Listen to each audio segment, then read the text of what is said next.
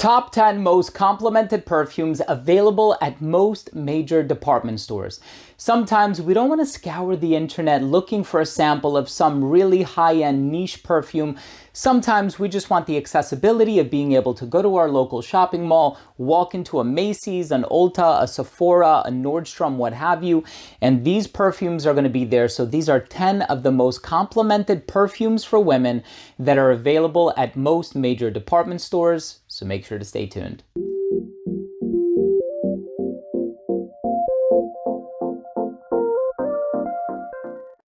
Now, before I begin today's episode and I give you my thoughts on these 10 most complimented perfumes for women that are available at most major department stores, you can leave your house, you'll have a bottle in your hand before the end of the day. And look, this is only if we are talking about the prioritization of compliments, not the smell, not longevity. So this is not really inclusive of a lot of other factors, just compliments.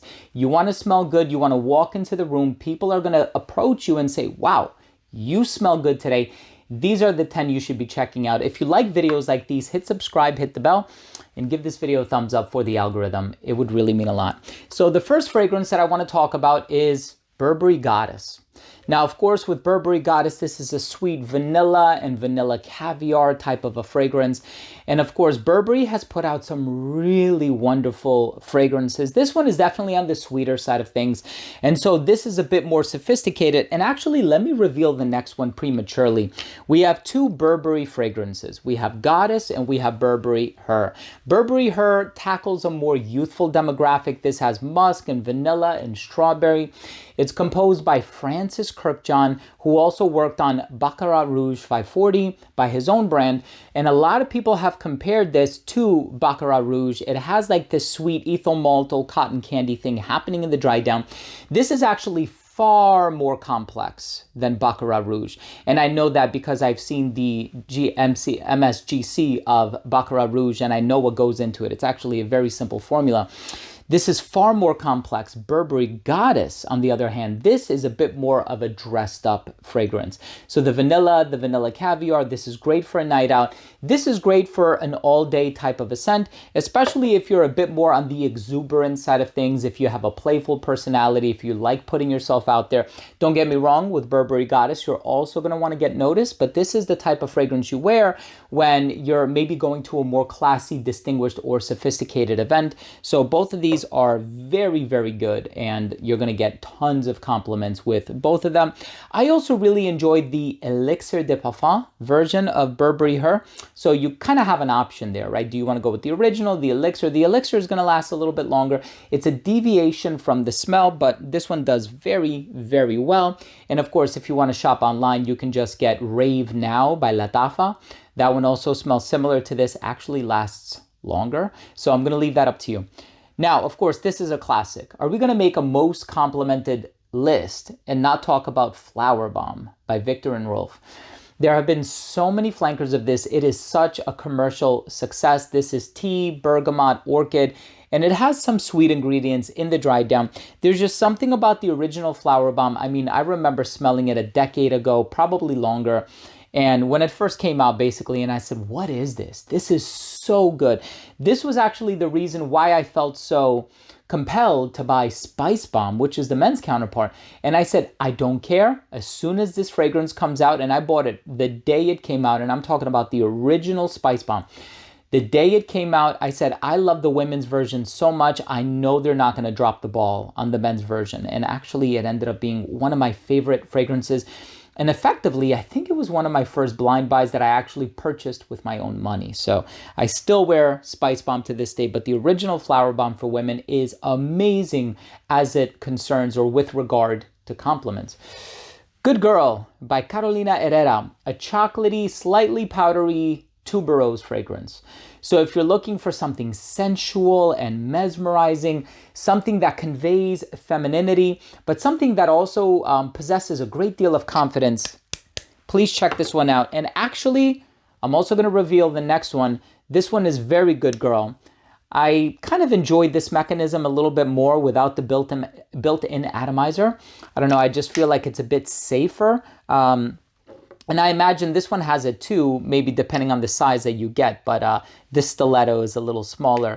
Of course, this has the built-in atomizer. So everybody's heard about A Very Good Girl. So this is basically Delina by Parfum de Marly. It's the same perfumer, Canton Biche. Delina came out first, and then this one came out subsequent to Delina. But basically, this has a lot of rose, peony, lychee. You're going to get a very similar DNA to Delina. As far as the smell is concerned, which one do I prefer more? Very Good Girl. I like the way this smells because I am a huge Delina fan and a big Delina lover, but this one is the more sensual one of the two. This one is more poised, a bit more put together, a bit more not as eager to voice her opinion. You know, as it said in the famous play by William Shakespeare, it's called King Lear. I think the fool comes in, you know, it's a tragedy, so the fool comes in for comic relief, and he says, have more than thou showest, speak less than thou knowest. So this is for the girl who knows a lot, but doesn't necessarily speak everything that's on her mind. This is for the one who's like, don't get me involved in this because I'm going to tell it exactly how it is. So both of these are fantastic. Good Girl, Very Good Girl. They're both wonderful. We also have Light Blue by Dolce & Gabbana. Now, I know this is a classic composed by Olivier Cresp. I mean, it's been around forever now, right? But the plum, the bergamot, the lemon, the citrus, the florals, it is such a beautiful fragrance. And historically speaking and anecdotally speaking, I've gotten testimonials from so many ladies who have said, oh yeah, Light Blue has definitely been one of my most complimented ever. We also have, so this one is a bit more laid back. It definitely conveys femininity, is probably one of the most feminine perfumes on this entire list, save the perfume that's in the #1 spot. This one is Gucci Bloom. Now, this is the original, and I do have some other Gucci Bloom fragrances in my collection, but this one has the jasmine and the tuberose. So the tuberose gives it femininity, the jasmine gives it class and serenity. It is such a beautiful fragrance. Can't go wrong with the original Gucci Bloom, and it's such an iconic scent for Gucci. To be honest with you, I think it's one of their best. And again, when you see flanker after flanker after flanker being released of a fragrance, that is a clear-cut sign that this fragrance is a commercial success. So the brand is trying to capitalize on their profits, and they're trying to basically turn the product into a cash cow, which effectively they do, and people purchase the flankers. I know I purchased the flankers, but the original Gucci Bloom is amazing. Now, of course, a lot of women will say and will argue tooth and nail that this is their #1 most complimented perfume like ever. And I get it. I think it's deserving of the #1 spot, but I'm going to put it in the #3 spot because, well, it's a personal list, right? So I'm allowed to have some flexibility with what I put where. But this is La Vie Est Belle. So this is a beautiful, beautiful, beautiful iris, praline, vanilla fragrance. A hint of patchouli in the dry down, but it has these floral tendencies, that it has a gourmand edge to it. And of course, La Vie Est Belle is, you can't go wrong with it, right? I mean, I know it's been around. There's a new elixir version that I am dying to try, but the original La Vie Est Belle is one of the most beautiful fragrances ever made. Yeah, there are comparisons being made to Flower Bomb by Viktor and Rolf, and I can see those comparisons, but if you juxtapose them, they are two totally different scents. In the #2 spot, historically speaking, this one gets mentioned all the time, especially from a younger demographic. When we're talking about the brand Chanel, you'll see a lot of ladies of an older demographic mention Coco Mademoiselle. I mean, it's been around longer. It's definitely a very sensual, extroverted, va-va-voom type of a fragrance. And of course, you know, the rose, the patchouli, I mean, it's a very confident expression. This one, on the other hand, is spoken about by a more younger demographic, and this one is Chance au Tendre. So this is such a beautiful floral fragrance. It's very light, airy, but it's definitely this welcoming aura. And, you know, as soon as I smell it on somebody, I know it's Chance au Tendre. And I'm like, oh, wow, like that person smells very, very good. So if you're just looking for compliments and you want to convey youthfulness and femininity, Chance au Tendre is the way to go. In the #1 spot, this is one of my favorite fragrances of all time. And I know I had to consolidate this list to 10 offerings. I could have included Libre by Yves Saint Laurent. Also, Libre Le Parfum is one of my favorites. And of course, there's Black Opium by Yves Saint Laurent. There's Black Orchid by Tom Ford. I could have included Mon Paris by Yves Saint Laurent. There's so many beautiful fragrances that I said, look, and these are all available at major department stores, by the way. And I said, you know, I really should have included some of these, but you know, it's a personal list. And in the number one spot, if you're wearing this fragrance, it is such a showstopper. This is such an amazing fragrance. This sensual plum, this velvety musk, this supple suede leather accord in the dry down. I am telling you, you cannot go wrong with this one. What an incredible composition. And this one is actually a flanker. And I checked online, Macy's still has it.